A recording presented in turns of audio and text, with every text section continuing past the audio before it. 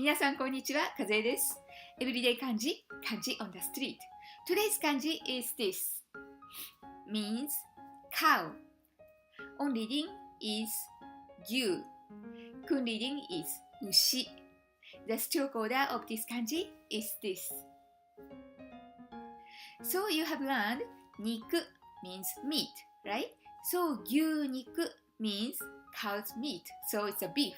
And you know this Kobe gyu, and it's translated as Kobe beef. But actually there's no such cow exist in Kobe.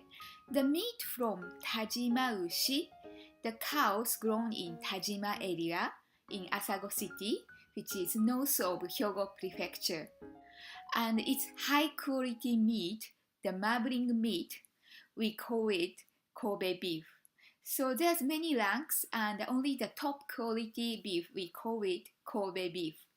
Well, okay, here are what you see, the kanji, cow, on the street. Okay, that's all for today's lesson. Hope you enjoyed. じゃあまた明日。バイバイ。